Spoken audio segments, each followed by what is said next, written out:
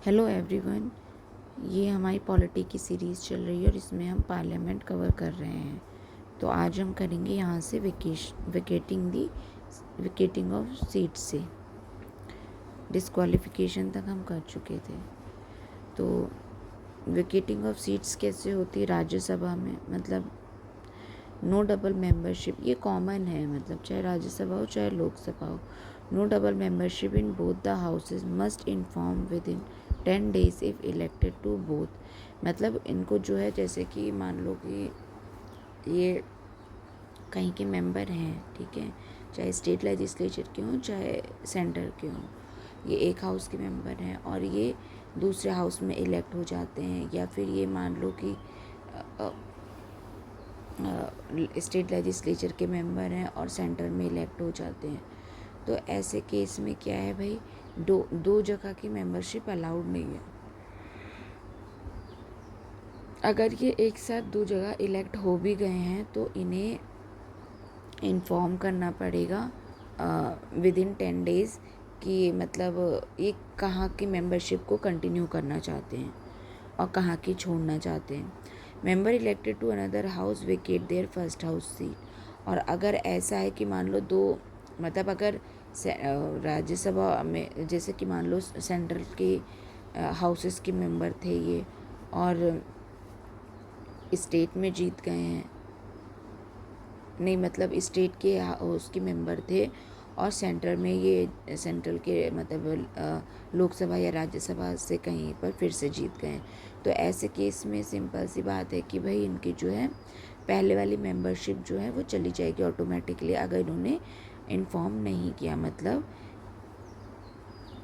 या फिर ऐसा है कि मान लो ये एक हाउस में इलेक्ट थे और ये दूसरे हाउस के लिए भी इलेक्ट हो गए हैं, तो फिर इनकी जो है अगर इन्होंने डिसाइड नहीं किया कि कौन से हाउस का मेंबर बनना है, तो फिर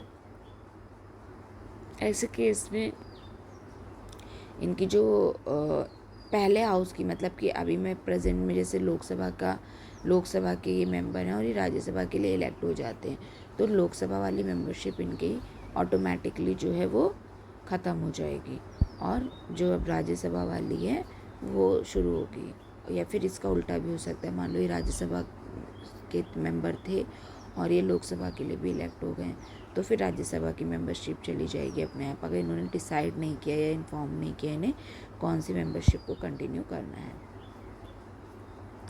फिर क्या है, no double membership with the state legislature if not resigning within the 14 days parliament seat becomes vacate. अगर मान लो क्या है, ये स्टेट लेजिस्लेचर के थे मेंबर और ये पार्लियामेंट की में जो है फिर इलेक्ट हो जाते हैं, तो भाई अगर इन्होंने 14 दिन के अंदर नहीं बताया तो फिर इनकी पार्लियामेंट वाली सीट जो है वेकेट हो जाएगी।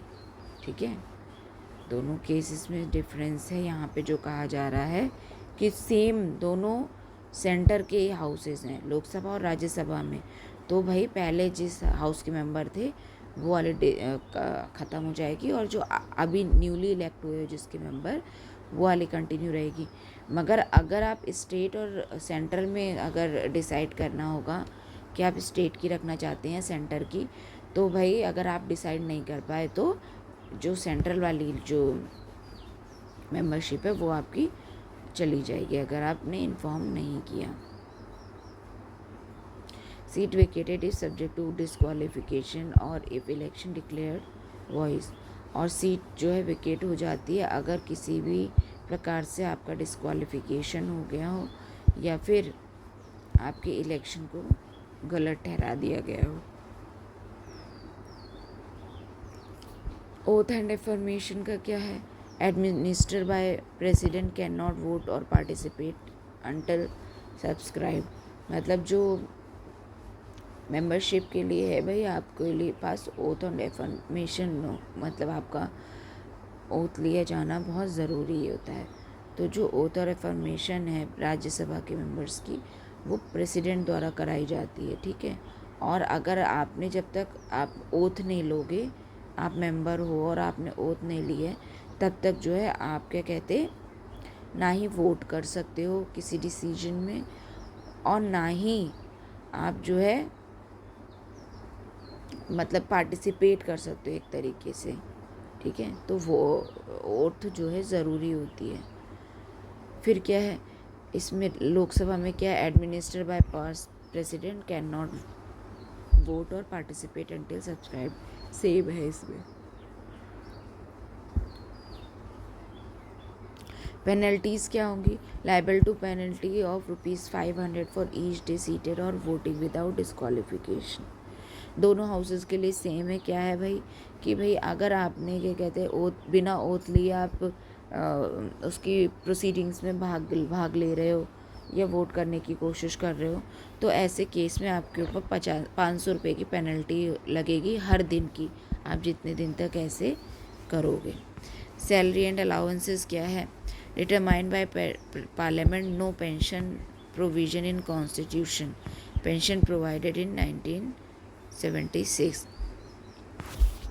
क्या है कि जो सैलरीज़ हैं वो पार्लियामेंट द्वारा डिसाइड की जाती हैं, मेंबर्स ऑफ द पार्लियामेंट के लिए वो डिसाइड करते हैं, उसी हिसाब से सैलरी मिलती है। जब कॉन्स्टिट्यूशन, ओरिजिनल कॉन्स्टिट्यूशन था जो, उसमें किसी भी प्रकार के पेंशन का प्रावधान नहीं था, ठीक है, इनके मेंबर्स के, कि भाई ये जब 5 साल के बाद रिटायर मतलब ख़त्म हो जाएगा इनका टेन्योर, तो अगर कोई इलेक्ट नहीं होता है दोबारा तो उसकी पेंशन जो है कंटिन्यू रहेगी या नहीं रहेगी। ऐसे केस में क्या है भाई, इनको जो पेंशन का प्रावधान ही नहीं रखा गया था, लेकिन पार्लियामेंट ने खुद जो है 1976 में पेंशन वाला प्रावधान खुद से ऐड कर लिया है, डिटरमाइंड बाय द पार्लियामेंट। इसमें भी सेम प्रोविजंस हैं। फिर ऑफिस ऑफ प्रॉफिट क्या होता है, definition and office of profit is any position that offers a salary, benefit, financial gain. मतलब ऑफिस ऑफ प्रॉफिट एक ऐसी पोजीशन होती है जो ऑफ़र करे आपको सैलरी, किसी प्रकार का बेनिफिट या किसी भी प्रकार का financial gain. This concept prevents legislature, MP, MLAs from holding roles that could create conflict of interest. मतलब ये जो प्रोविज़न है ऑफिस ऑफ प्रॉफिट वाला, ये जो है कॉन्सेप्ट प्रिवेंट लेजिस्लेचर्स, ये लेजिस्लेचर को प्रिवेंट करता है, MP और MLAs हैं, कि वो होल्ड करें कोई ऐसी पोजीशन जिसमें उनका इंटरेस्ट मतलब हो, ठीक है। तो आप ऐसी पोजीशन को होल्ड नहीं कर सकते जो कि कॉन्फ्लिक्ट का कारण बने। Exemption from the law, no limit exist on the number of offices exempted from the disqualification. मतलब जो इनको जो है एग्जेम्प्ट कर दिया जाता है लॉ द्वारा, ठीक है, कि आप वोट नहीं लड़ सकते या इनकी मेंबरशिप हटा दी जाए, तो लिमिट नहीं है इनके पास number of offices exempted from disqualification, ठीक है। The Supreme Court upheld the Parliament Prevention and Disqualification Amendment Act 2006, which exempted 55 offices held by members of Parliament, ruling it constitutionally valid। मतलब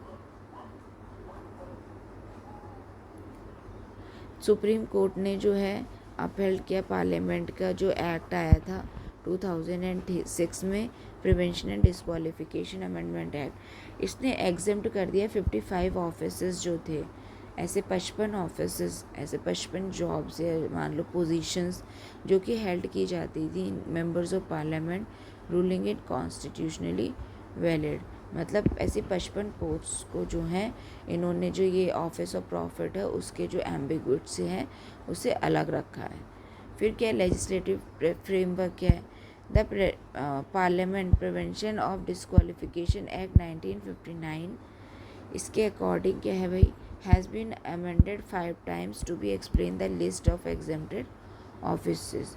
और इसको जो है 5 बार जो है क्या कहते हैं एक तरीके से अमेंड किया गया है, ताकि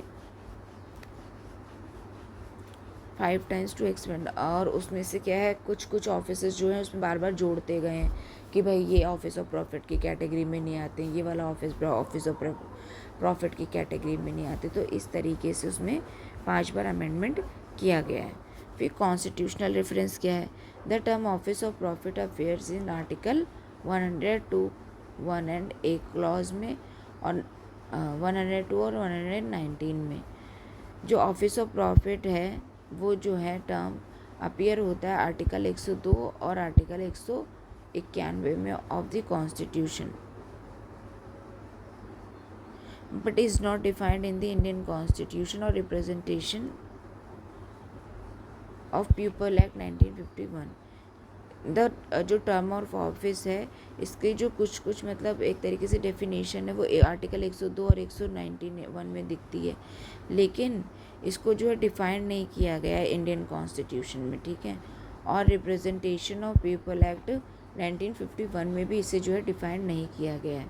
बस कुछ ऑफिसर्स बता दिए गए हैं कि ऑफिस ऑफ प्रॉफिट में नहीं आते हैं।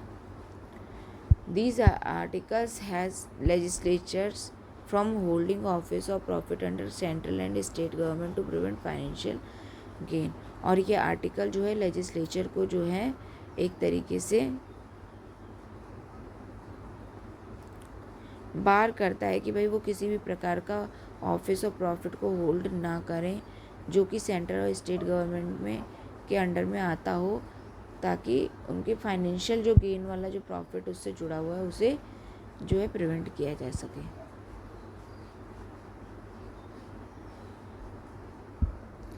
System of elections to Lok Sabha क्या होते हैं भाई? Constituencies. Each state is divided into territorial constituencies for Lok Sabha elections, ensuring uniformity of representation at two levels representation. Constituencies क्या होता है भाई? ये जो ईच स्टेट जो होती है वो उसको डिवाइड किया जाता है डिफरेंट टेरिटोरियल कॉन्स्टिट्यूंसीज में फॉर लोकसभा के इलेक्शन के लिए, और इंश्योर किया जाता है कि भाई रिप्रेजेंटेशन में जो है यूनिफॉर्मिटी बनी रहे at two levels representation. Two levels representation का यहाँ मतलब है कि बिटवीन टू स्टेट, ठीक है, और बिटवीन टू मेंबर्स, उस तरीके से। The ratio between number of seat and population is same for all।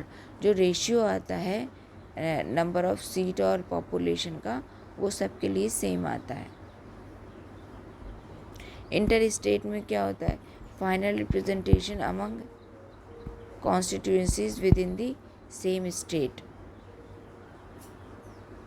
मतलब इंट्रा स्टेट जो होते हैं, ठीक है, उसमें क्या कहते हैं इक्वल रिप्रेजेंटेशन होना चाहिए डिफरेंट कॉन्स्टिट्यूशन में, जो कि जैसे कि सेम स्टेट है, कोई सा भी स्टेट ले लो, वहाँ पे जो है कॉन्स्टिट्यूंसीज डिवाइड कर दी जाएंगी।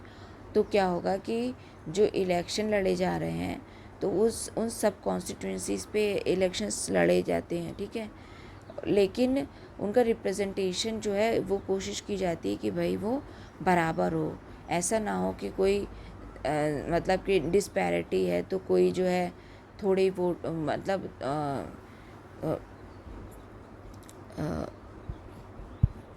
थोड़ी पॉपुलेशन को कवर कर रहा है और जो दूसरा एमएलए या एमपी है वो ज़्यादा पॉपुलेशन को कवर कर रहा है। ऐसा सिस्टम नहीं होना चाहिए। फिर क्या लिखा है? रिजर्वेशन को लेकर क्या क्या प्रावधान है? Schedule caste and schedule tribes are allocated reserve seat based on the population ratio. इन दोनों को जो है भाई एलोकेट की जाती है रिजर्व सीट, जो कि बेस्ड होती है पॉपुलेशन रेशियो पे। All voters in the constituency elect reserved seats without a separate electorate. जो सारे वोटर्स हैं कॉन्स्टिट्यूंसी में वो जो है इलेक्ट कर सकते हैं reserve seat without separate electorate. Separate electorate का कोई प्रावधान नहीं रखा गया है। Member of SC and ST can contest general और नॉन रिजर्व सीट। जो भाई एससी और एसटी के मेंबर्स हैं उनको अगर लगता है अगर तो वो भाई क्या कर सकते हैं वो जनरल इलेक्शन की सीट पर भी जो कि नॉन रिजर्व्ड है उस पर भी इलेक्शन लड़ सकते हैं। फिर क्या लिखा है? सीट एलोकेशन को लिखा गया है कि the 42nd constitutional amendment act of 1976 froze Lok Sabha seat allocation territorial constituency division 2000 at 1971 level. 42nd constitution amendment act जो था 1976 का, उसने जो है लोकसभा की सीट को एक तरीके से उसके एलोकेशन को फिक्स कर दिया था। टेरिटोरियल कॉन्स्टिट्यूंसीज को भी जो है डिवीज़न अंटिल 2000 तक जो है जो कि 1971 का जो सेंसस था उसके लेवल पे जो है उसे फ्रोज कर दिया गया है कि भाई ये ना हो कि आप अभी तक तो ऐसा है कि भाई आप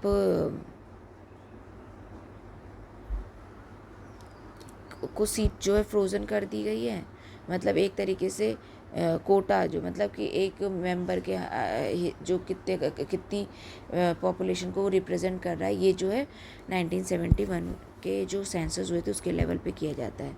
the 84th constitutional amendment act जो 2001 का था, उसने एक्सटेंड कर दिया इस फ्रीज़ वाला जो सिस्टम था, जो कि प्रावधान को फ्रीज़ कर रखा था कि भाई जो कॉन्स्टिट्यूंसीज़ हैं अभी जो है 2000 तक जो है फ्रीज़ रहेंगी, उसको जो है अगले 25 साल के लिए बढ़ा दिया गया 2026 तक के लिए। और प्रमोट पॉपुलेशन कंट्रोल मेजर्स, क्यों क्या हुआ था कि भाई जैसे कि पॉपुलेशन बढ़ोतरी हो रही थी और जो स्टेट हैं जो उसके लिए जो कोई मतलब स्पेशल प्रोविजंस नहीं बना रहे थे कि जो है पॉपुलेशन को कंट्रोल किया जाए।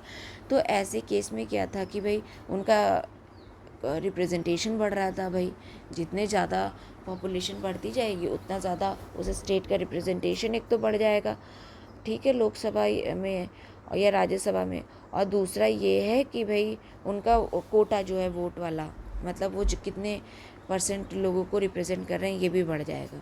फिर वोटिंग एज जो थी वो 61 कॉन्स्टिट्यूशनल अमेंडमेंट एक्ट जो 1988 का था उससे रिड्यूस कर दी गई 21 से 18। पहले जो है 21 साल थी कि भाई जितने भी लोग 21 साल से ऊपर के हैं वो ही वोट करने के लिए एलिजिबल होंगे, लेकिन इस प्रावधान को जो है 21 से 18 कर दिया गया 61 कॉन्स्टिट्यूशनल अमेंडमेंट एक्ट के जरिए 1988 में। 104 कॉन्स्टिट्यूशनल अमेंडमेंट एक्ट आया 2019 का, उसने एक्सटेंड कर दिया रिजर्वेशन फॉर शेड्यूल कास्ट और schedule tribe in Lok Sabha and legislative bodies until 25 जनवरी 2030 तक। मतलब कि 104 कॉन्स्टिट्यूशनल अमेंडमेंट एक्ट 2019 के द्वारा जो है जो वो शेड्यूल कास्ट और शेड्यूल ट्राइब का रिजर्वेशन वाला जो प्रावधान है उसे 10 साल के लिए और बढ़ा दिया गया है 25 जनवरी 2030 तक के लिए। ये अंडर आर्टिकल जो शेड्यूल ट्राइब और शेड्यूल कास्ट और शेड्यूल ट्राइब वाला जो रिजर्वेशन वाला प्रावधान है ये आर्टिकल 330 और 332 में दिया गया है। Discontinues the nomination of Anglo